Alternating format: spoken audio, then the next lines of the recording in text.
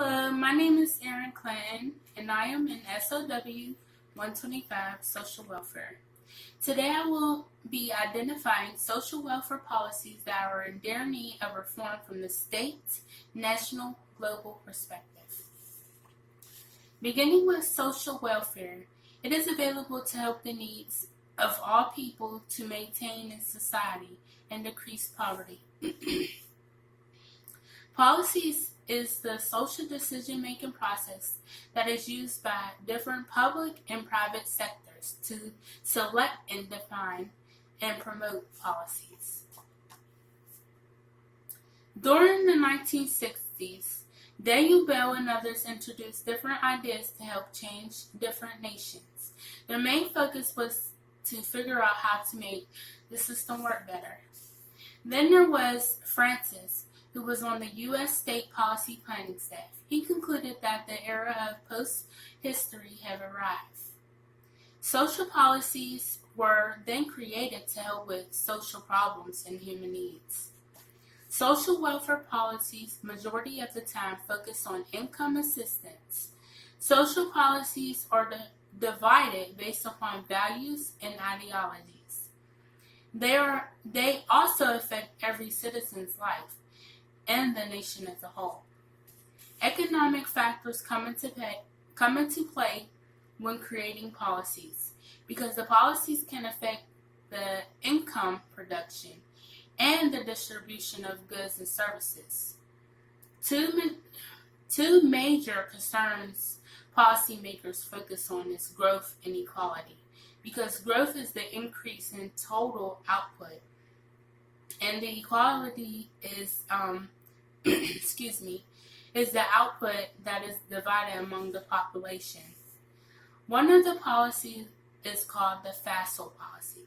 The FASL policy is used to see what the government is spending, and tax policies are used to influence the outcome.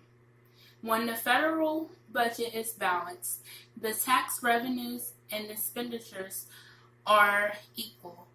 But once the revenues exceed the budget, then is deflected, which means the funds raised are being borrowed rather than being taxed. The negative aspect of the FASL policy is that the government can over budget and spend more money than what is being made. In some cases, spending can be high and taxation can be low, and that can put the economy in a rough place, maybe in a recession. Another policy is the monetary policy. The United States Central Bank and Federal Reserve Boards are controlling the banking system. Once the maximum employment and price stability is met, the economy is in a very stable position. The Federal Reserve Bank main focus is to keep the level of inflation at a steady pace. When the inflation is at a fast pace, levels increase, and that's when the monetary policy comes into play.